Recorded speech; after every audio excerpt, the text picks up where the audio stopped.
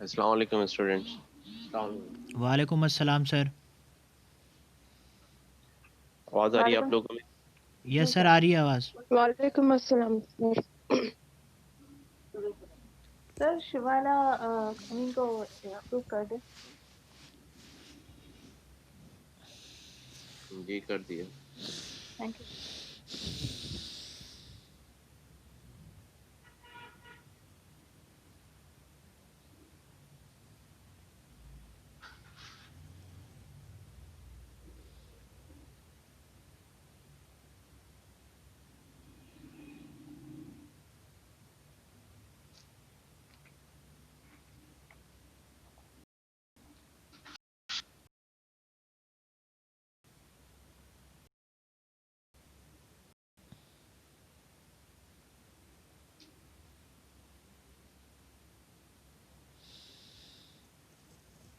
जी सहरिश, आप कुछ पूछना चाह रही हैं?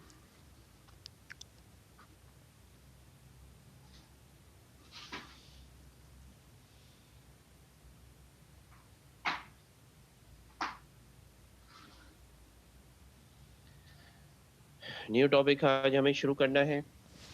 1-2 मिनट वेट कर रहे हैं कि स्टूडेंट ज़्यादा से ज़्यादा,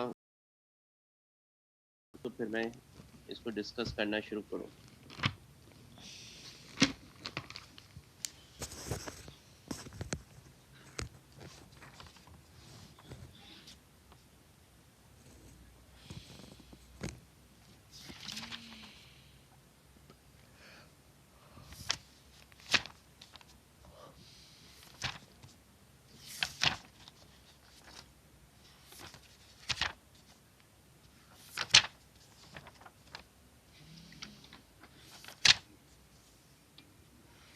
ये जो चैप्टर हमारा शुरू होने जा रहा है, इसको CVP एनालिसिस भी कहते हैं, कॉस्ट वॉल्यूम प्रॉफिट एनालिसिस।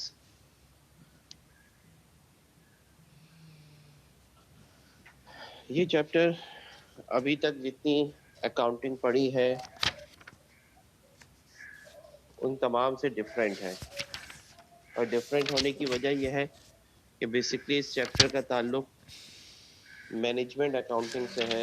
आप इसको मैनेजरियल अकाउंटिंग कह लें, मैनेजमेंट अकाउंटिंग कह लें, उससे इसका ताल्लुक है।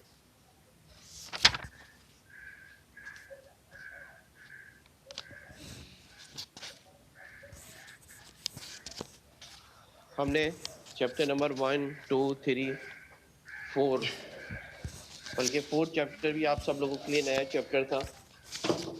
चैप्टर नंबर 1, 2, 3, ये 3 चैप्टर जो थे, ये वो चैप्टर्स थे जो आपने कॉस्ट अकाउंटिंग में पहले भी डिस्कस किए हुए हैं।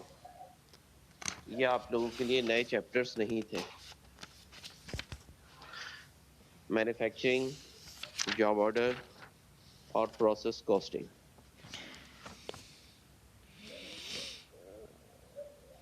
लेकिन ABC कॉस्टिंग न्यू कॉन्सेप्ट था, और अब जो शुरू करने जा रहे हैं ये भी न्यू कॉन्सेप्ट।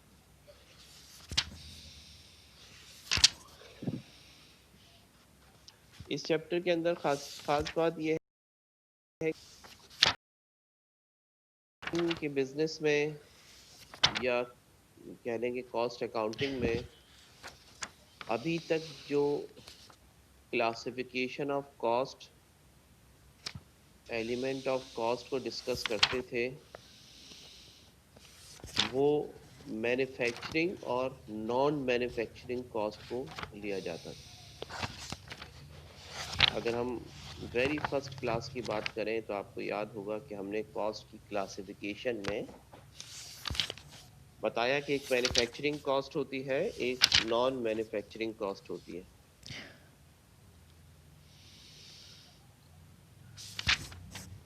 लेकिन कॉस्ट की क्लासिफिकेशन सिर्फ मैन्युफैक्चरिंग एक्सपेक्ट से नहीं होती। ये एक एक्सपेक्ट था, एक एंगल था कॉस्ट को क्लासिफाई करने का, मैन्युफैक्चरिंग और नॉन मैन्युफैक्चरिंग एक्सपेंस। हम इस चैप्टर में कॉस्ट को डिस्कस करने जा रहे हैं कॉस्ट के बिहेवियर के लिहाज से उसकी क्लासिफिकेशन। कॉस्ट का क्या बिहेवियर होता है डिफरेंट लेवल्स पर, और उस लिहाज से कॉस्ट को कितने हिस्सों में डिवाइड किया जाता है।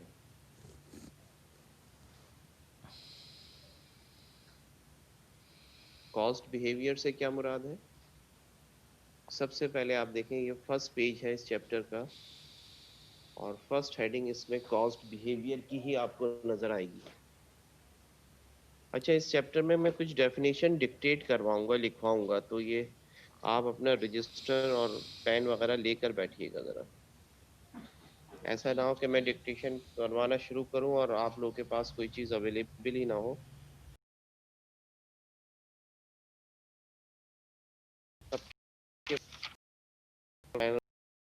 ताकि उसको साथ साथ आप लोग नोट कर सकें।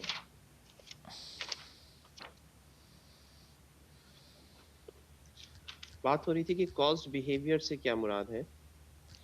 तो जैसा कि फर्स्ट हेडिंग दली हुई है कि cost behaviour is the study of the how specific cost express to change in the level of business activity. Cost behaviour से मुराद यह है कि बिजनेस के एक्टिविटी लेवल के साथ, बिजनेस के एक्टिविटी लेवल के साथ जो कॉस्ट में तब्दीली आती है वो किस तरह से तब्दीली आ रही है। How specific cost respond, cost क्या रिस्पॉन्ड करती है, कॉस्ट क्या रिस्पॉन्ड करती है, ये चीज कॉस्ट का बिहेवियर कहलाती है। कॉस्ट का क्या रिस्पॉन्स होता है बिजनेस की एक्टिविटी लेवल को चेंज करने पर, is called the cost behaviour. अब जहन में ये बात रहे कि कॉस्ट बिहेवियर से मुराद क्या है। आपने प्रोडक्शन बढ़ा दी, प्रोडक्शन कम कर दी, मशीन के आवर्स बढ़ा दिए, मशीन के आवर्स कम कर दिए, ये डिफरेंट एक्टिविटी लेवल्स हैं। आप 1000 यूनिट्स बनाते थे, 1500 यूनिट्स बनाने लगे, 2000 यूनिट्स बनाने लगे, यूनिट्स बनाने लगे, 3000 यूनिट्स बनाने लगे। ये क्या है? ये एक्टिविटी लेवल्स हैं, मुख्तलिफ लेवल्स हैं। आया इन लेवल्स में जो चेंज आ रहा है कि 1000 यूनिट से 2000 यूनिट्स, 2000 यूनिट से 3000 यूनिट्स, तो इन एक्टिविटी लेवल्स के चेंज होने से कॉस्ट का रिस्पांस क्या होता है, कॉस्ट क्या रिस्पॉन्ड करती है change in activity, business activity level, ये कहलाएगा कॉस्ट का बिहेवियर। कॉस्ट का बिहेवियर। कुछ कॉस्ट एक्टिविटी लेवल के चेंज होने चेंज हो जाती हैं, यानी डायरेक्टली प्रोपोर्शनेट होती हैं, डायरेक्टली प्रोपोर्शन उनका होता है बिजनेस की एक्टिविटी के साथ।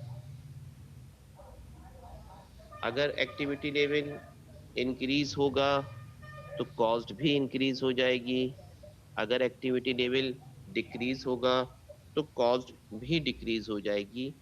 ये एक कॉस्ट का बिहेवियर है। इस तरह की कॉस्ट को नाम दिया जाता है वेरिएबल कॉस्ट। इस तरह की कॉस्ट को क्या नाम दिया जाता है? वेरिएबल कॉस्ट, जो वेरी करती है अकॉर्डिंग टू चेंजेस। लेकिन कुछ कॉस्ट ऐसी भी होती हैं जो वेरी नहीं करती, बल्कि जो भी एक्टिविटी लेवल हो, उन तमाम एक्टिविटी लेवल के ऊपर वो कॉस्ट सेम रहती हैं, एक जैसी रहती हैं। उन्हें कहा जाता है फिक्स्ड कॉस्ट। Fixed cost. तो जिस तरह से हमने क्लासिफिकेशन पढ़ी थी मैन्युफैक्चरिंग और नॉन मैन्युफैक्चरिंग कॉस्ट की, और फिर उससे रिलेटेड हमने बेतहाशा स्टेटमेंट्स देखी, जॉब ऑर्डर, प्रोसेस कॉस्टिंग हम तो हम पहले मैन्युफैक्चरिंग कॉस्ट को सम करते थे और मैन्युफैक्चरिंग कॉस्ट का जो आंसर आता था उसके बाद फिर उसकी मदद से cost of goods manufactured, cost of goods sold निकाली जाती थी और फिर कहीं जाकर आखिर में नॉन मैन्युफैक्चरिंग कॉस्ट को माइनस किया जाता था। नॉन मैन्युफैक्चरिंग कॉस्ट को माइनस किया जाता था।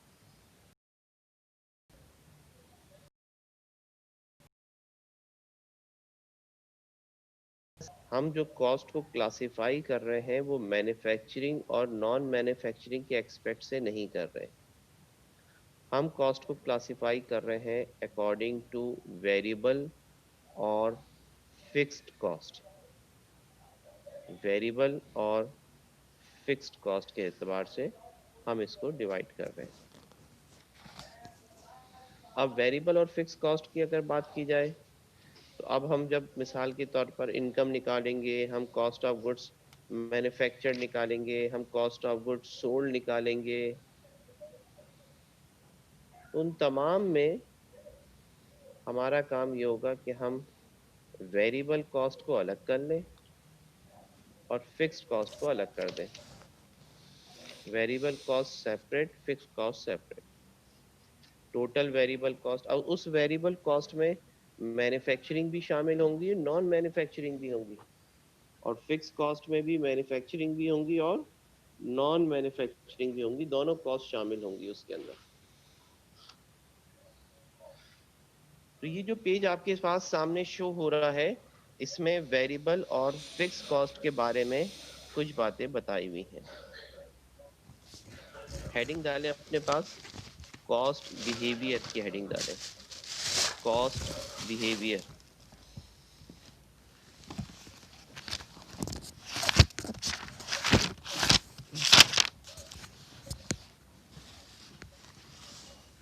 लिखें, फर्स्ट सेंटेंस तो यही है कि cost behaviour is the study of,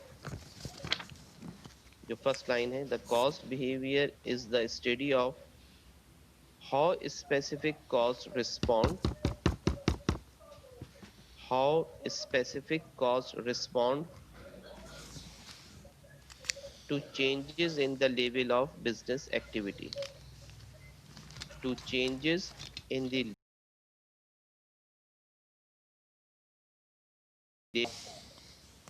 to changes in the level of business activity.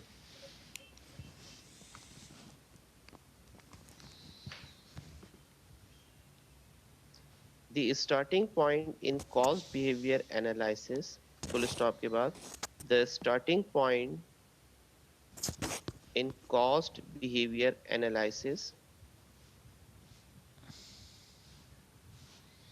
is measuring the key business activities,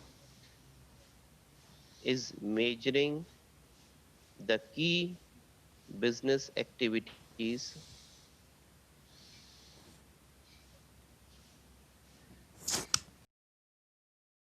measuring the key business activities such sir as the starting point के आगे आपने क्या कहा था?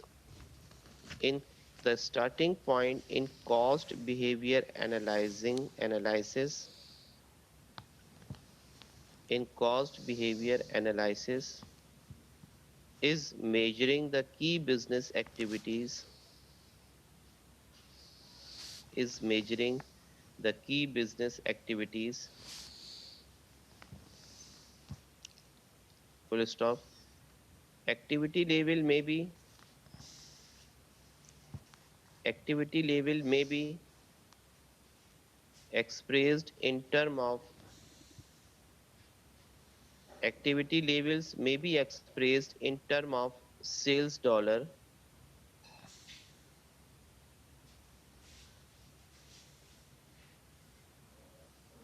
comma, number of units produced,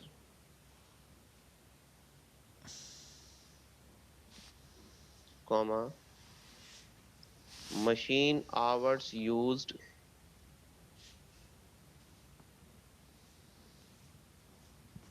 comma, number of rooms occupied,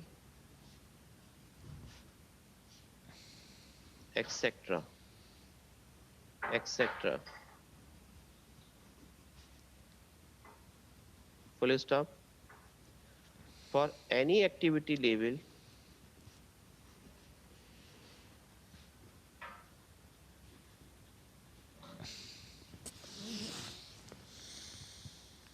for any activity level,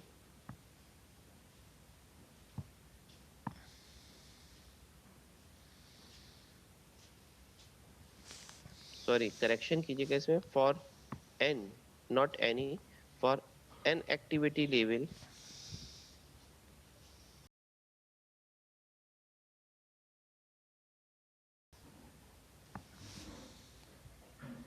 comma, changes in the level or volume of activity,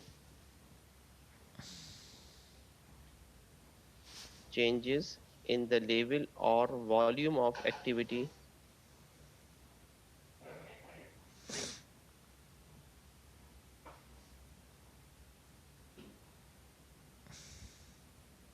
changes in the volume, level or volume of activity should be correlated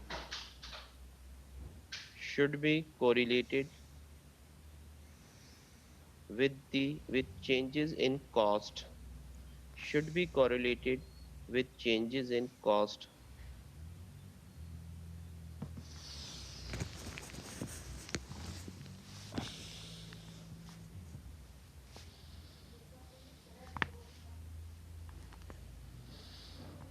Full stop. Companies can classify companies can classify should be के बाद क्या sir? should be correlated with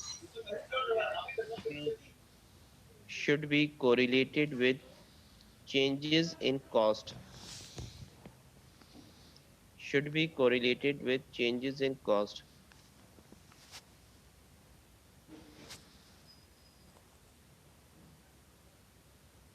Full stop के बाद लिखें, companies can classify the behavior of cost, companies can classify the behavior of cost in response to changes in activity levels, in response to changes in activity levels into three categories, in response to changes in activity levels into three categories. अब नीचे line में लिखें number 1 2 3 करके. Number 1 variable cost, number 1 variable cost, number 2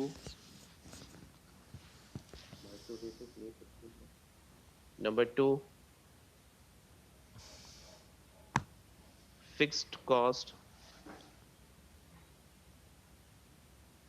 and number 3 Mixed cost. mixed cost, MIXED, mixed cost. Variable cost, fixed cost, and mixed cost.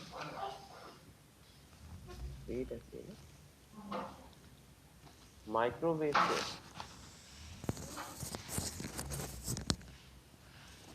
ऊपर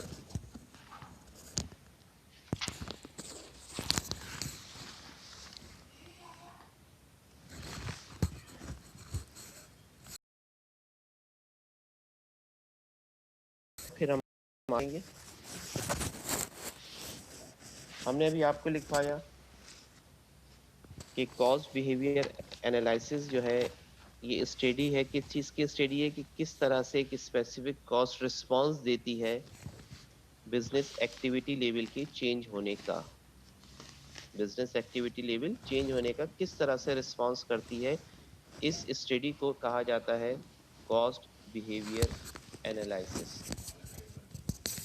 इसका starting point ये है, cost behaviour analysis का स्टार्टिंग पॉइंट ये है कि हम मेजर करें अपने बिजनेस की एक्टिविटीज, क्या क्या की एक्टिविटीज हैं. वो की एक्टिविटीज बिजनेस के लिहाज से डिफरेंट हो सकती हैं. यानी किसी बिजनेस के अंदर सेल वॉल्यूम इज अ की एक्टिविटी, किसी बिजनेस में नंबर ऑफ प्रोडक्शन की बिजनेस एक्टिविटी, किसी बिजनेस के अंदर जो है वो number of machine hours is the key business activity, किसी के अंदर number of labour hours is the key business activity. तो डिफरेंट हो सकती हैं। सर्विसेज का बिजनेस होगा तो उसके अंदर अगर होटलिंग का बिजनेस है तो number of rooms occupy activities है। इसी तरह से मुख्तलिफ बिजनेस एक्टिविटी हमने उसमें भी पढ़ा था लास्ट चैप्टर नंबर 4 में। तो पहला काम तो ये है कि आप अपनी बिजनेस एक्टिविटीज को मेजर कर लें। सेकंड नंबर पे फिर ये देखना है कि किसी भी for an activity level, for an activity यानी जो हमने मिसालें दी थी, एग्जांपल्स दी थी, इसमें से कोई भी एक एक्टिविटी लेवल जो हो उस पर चेंजेस इन द लेवल और वॉल्यूम ऑफ एक्टिविटी, अगर उसके वॉल्यूम में चेंज आ रहा है, लेवल में चेंज आ रहा है, तो कौन सी कॉस्ट यानी should be correlated with change in cost, should be होनी चाहिए with changes in cost, cost में आने वाली चेंजेस के साथ। आगे फिर हमने लिखवाया कि companies can classify the behaviour of cost in response to change in activity level. Activity level में चेंज होने से जो उसका बिहेवियर है, एक्टिविटी लेवल में चेंज होने से जो कॉस्ट रिस्पॉन्स करती है, उस लिहाज से कॉस्ट को 3 हिस्सों में डिवाइड किया गया है, variable cost, fix cost and mixed cost. Number 1, variable cost क्या है? हेडिंग डालें अपने पास, वैसे तो अभी मैं शुरू में बता चुका हूं लेकिन मैं लिखवा रहा हूं, तो हेडिंग डालें variable cost. Variable cost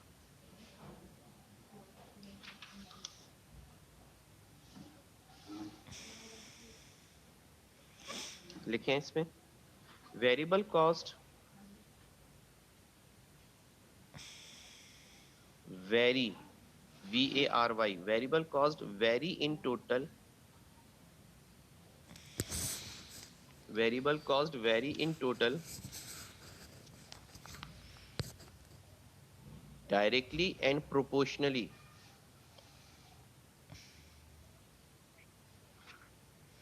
directly and proportionally with changes in the activity level, directly and proportionally with changes in activity level,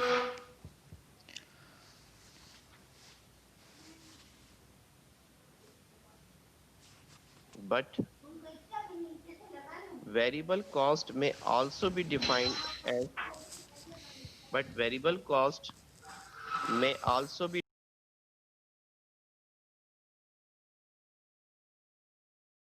cost that remain the same, a cost that remain the same, a cost that remain the same per unit, per unit at every level of activity, at every level of activity, at every level of activity. For example,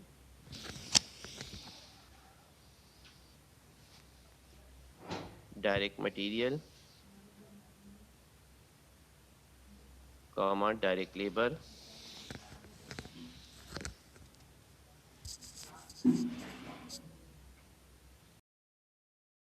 are example of variable cost, are example of variable cost.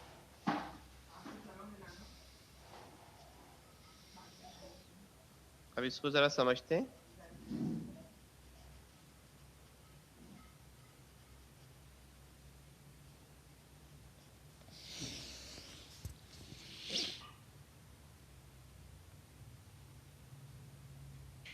देखिए इसमें हमने बताया आपको कि variable cost जो है वो very करती है इन टोटल। इन टोटल का मतलब टोटल अमाउंट उसका वेरी करता है। दो चीजें होती हैं, एक टोटल अमाउंट होता है, एक पर यूनिट अमाउंट होता है। किसी भी कॉस्ट का टोटल अमाउंट और पर यूनिट अमाउंट। तो कहा जा रहा है कि वेरिएबल कॉस्ट वेरी करती है इन टोटल, यानी उसका टोटल अमाउंट डायरेक्टली और प्रोपोर्शनली। देखिए ये दोनों चीजें इंपॉर्टेंट है, डायरेक्टली और प्रोपोर्शनली। डायरेक्टली का मतलब ये है कि अगर एक्टिविटी में इजाफा होगा, अगर एक्टिविटी लेवल बढ़ेगा तो कॉस्ट भी बढ़ेगी, एक्टिविटी कम होगी तो कॉस्ट भी कम होगी। Is the direct relation. और प्रोपोर्शनली का क्या मतलब है? जिस तनासुब से, जिस रेशो से कॉस्ट में इजाफा हो रहा होगा, उसी तनासुब से, उसी रेशो से एक्टिविटी लेवल में भी चेंज आएगा। यानी अगर 10% एक्टिविटी लेवल इंक्रीज हुए तो कॉस्ट भी 10% ही इंक्रीज होगी। Is a proportional. तो दो चीजें वेरिएबल कॉस्ट की कैरेक्टरिस्टिक्स हैं कि ये डायरेक्टली और प्रोपोर्शनली जो है वो चेंज होती हैं according to activity level, with the changes in activity level. लेकिन के बाद क्या बताया? लेकिन वेरिएबल कॉस्ट में also be defined as a cost that remain the same. वो कॉस्ट जो सेम रहती है पर यूनिट, पहले टोटल की बात हुई थी या पर यूनिट की बात हुई है, वो कॉस्ट जो कि सेम रहती है per unit at every level of activity, her activity level के ऊपर पर यूनिट कॉस्ट सेम रहती है। किस तरह से? मिसाल ले लेते हैं इसकी। फॉर एग्जाम्पल 1000 यूनिट को बनाने में कॉस्ट आ रही थी 10,000, 2000 यूनिट्स को बनाने में कॉस्ट आ रही है 20,000, 3000 यूनिट्स को बनाने में कॉस्ट आ रही है 30,000। तो आप देखें जिस तरह से एक्टिविटी लेवल बढ़ रहे हैं, कॉस्ट में भी इजाफा हो रहा है, उसका प्रोपोर्शन भी सेम है कि अगर 1000 से 2000 हो रही है तो कॉस्ट में भी इजाफा 10,000 से 20,000 हो रहा है। अब आप इसकी पर यूनिट कॉस्ट निकाल के देख लें। 10,000 को 1000 से डिवाइड करें 10 आएगा, 20,000 को 2000 से डिवाइड करें 10 आएगा, 30,000 को 3000 से डिवाइड करें 10 आएगा। तो पर यूनिट कॉस्ट जो है वो कांस्टेंट होती है, सेम होती है हर एक्टिविटी लेवल पर। ये पहचान है वेरिएबल कॉस्ट की। अब अगर आप अपने पास देखें जो ग्राफ शो हो रहा है, जो डायग्राम शो हो रही है आपके पास यहाँ पर, इस डायग्राम में यही बात बताई गई है कि टोटल वेरिएबल कॉस्ट को जब आप ग्राफ पे ड्रॉ करते हैं तो आपको एक स्ट्रेट लाइन मिलती है। ये एक स्ट्रेट लाइन है, ये टोटल पर unit cost, total variable cost की स्ट्रेट लाइन है। जैसे जैसे एक्टिविटी लेवल बढ़ रहे हैं ऐसे ऐसे कॉस्ट में इजाफा हो रहा है सेम प्रोपोर्शन से। लिहाजा ये एक सेंटर से 0 से लेकर एक स्ट्रेट 45 का एंगल बनेगा यहाँ, 45 का एंगल बनेगा यहाँ। लेकिन ये जो ग्राफ है ये वेरिएबल कॉस्ट पर यूनिट का है। ऊपर लिखा हुआ है वेरिएबल कॉस्ट पर यूनिट, कि जितने भी एक्टिविटी लेवल हो per unit variable cost constant होती है, हर एक्टिविटी लेवल पर यूनिट कॉस्ट सेम होती है। तो ये दोनों ग्राफ, ये टोटल वेरिएबल कॉस्ट का और ये पर यूनिट वेरिएबल कॉस्ट का वेरिएबल कॉस्ट को डिफाइन कर रहे हैं। कोई क्वेश्चन हो तो पूछिए इसमें। Any question? सर ये डायग्राम एक और समझा दें। डायग्राम में बताया जा रहा है, इस डायग्राम में एक्स एक्सिस पर एक्टिविटी लेवल है, कोई भी एक्टिविटी लेवल एक्स एक्सिस पर, वाई एक्सिस पर कॉस्ट है। बताया जा रहा है कि जैसे जैसे कॉस्ट में इजाफा हो रहा है वैसे वैसे, जैसे जैसे एक्टिविटी लेवल में इजाफा हो रहा है, ये एक्टिविटी लेवल बढ़ रहे हैं, वैसे वैसे क्या होगा, कॉस्ट में भी इजाफा होगा। कॉस्ट में इजाफा होगा। तो अब उससे जो ग्राफ बनेगा वो ये स्ट्रेट लाइन आएगी। इसके मुकाबले में अगर आप पर यूनिट कॉस्ट को देखें तो हर एक्टिविटी लेवल पर, चाहे वो एक्टिविटी 0 हो, 2 हो, 4 हो, 5 हो, हर एक्टिविटी लेवल पे पर यूनिट कॉस्ट आपकी 10 ही है, इसमें कोई तब्दीली नहीं आ रही। ठीक। राइट। अस्सलाम वालेकुम सर। ठीक है sir, thank you. Sir sir ये डिफिनेशन में लिखा गया है कि चेंजेस डायरेक्टली एंड प्रोपोर्शनली, तो इसका क्या मतलब है सर? ये समझ में नहीं आ रहा, जबकि वहाँ डायग्राम में बताया जा रहा है कि पर यूनिट कांस्टेंट होगा। सही है। डायरेक्टली और प्रोपोर्शनली से पहले एक वर्ड लिखा हुआ है टोटल।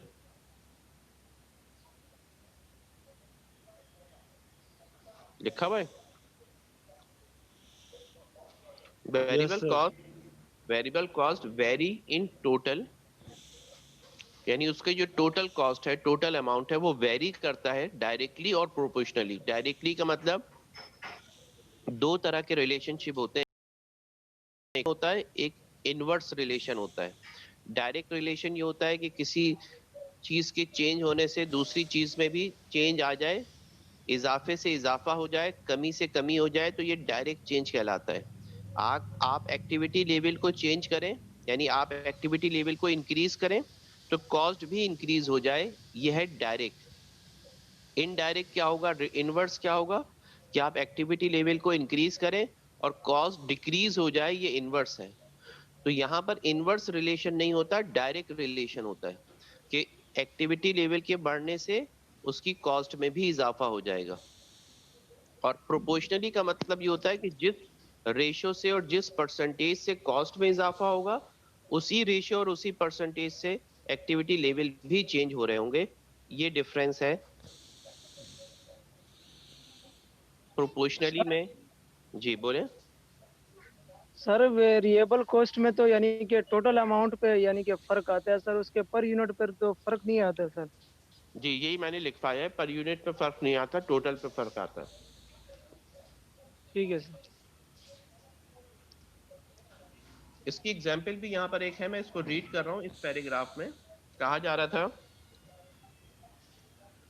कि total variable cost will increase 10% if level of activity decrease by 25%। नहीं, मैं दोबारा से पढ़ रहा हूँ। If level increase 10%, second line है यहाँ पर इस जगह पे line, if if the level increase 10%, total variable cost will increase 10%। फिर उसके बाद फुल स्टॉप के बाद लिखा है if the level of activity decrease 25%, variable cost will decrease 25%। ये डायरेक्टली और प्रोपोर्शनली की मिसाल। फिर उसने आगे बताया example of variable cost include direct material, direct labour for manufacturers, cost of goods sold, sales commission, freight charges of merchandising business, gasoline in airline and trucking company।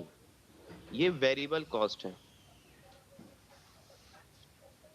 Next heading डालें अपने पास, fixed cost की heading डालें। Fixed cost. अस्सलाम वालेकुम sir. वालेकुम अस्सलाम। Sir ये variable cost तो जब कोई प्रोडक्शन नहीं हो रही होगी तो जीरो हो जाएगी ना प्रोडक्शन के साथ, तो ये जीरो पे 10 आ रही है दूसरी डायग्राम में, बी डायग्राम में।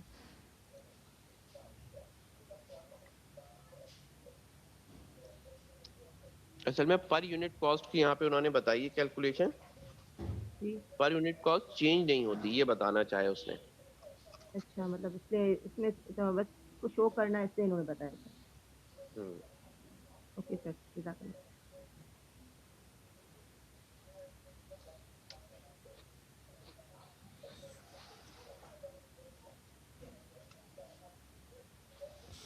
फिक्स्ड कॉस्ट की हेडिंग डालें। देखिए fixed cost are cost, fixed costs are cost that remain the same in total। Fixed costs are cost that remain the same in total। यहाँ पर मेंशन भी है इस जगह पर। Fixed costs are cost that remain the same in total regardless of changes in activity level। Regardless of changes in in the activity level। Regardless of changes in activity level। For example, property tax, insurance. For example, property tax, insurance,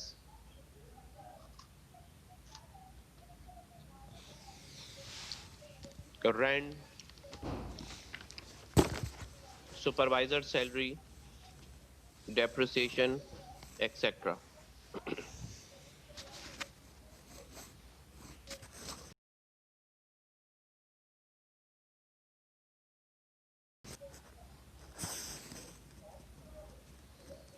full stop के बाद लिखें but fixed cost per unit, but fixed cost per unit, but sir example में supervisor salary के बाद बताइएगा। Depreciation और etcetera.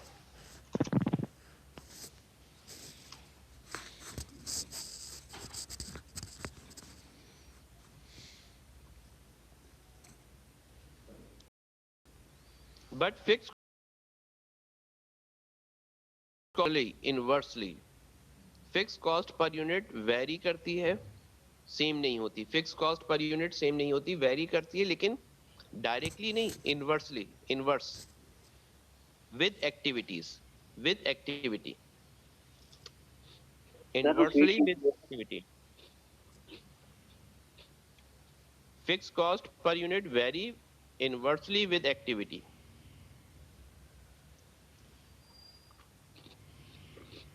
Comma डाल के लिखें as volume increase, as volume increase then unit cost decrease, as volume increase then unit cost decrease। अगर volume बढ़ेगा तो यूनिट कॉस्ट कम हो जाएगी, वॉल्यूम कम होगा तो यूनिट कॉस्ट बढ़ जाएगी। ये फिक्स्ड कॉस्ट की कैरेक्टरिस्टिक्स हैं। किस कॉस्ट की? फिक्स्ड कॉस्ट की। मिसाल के तौर पे बिल्डिंग का किराया है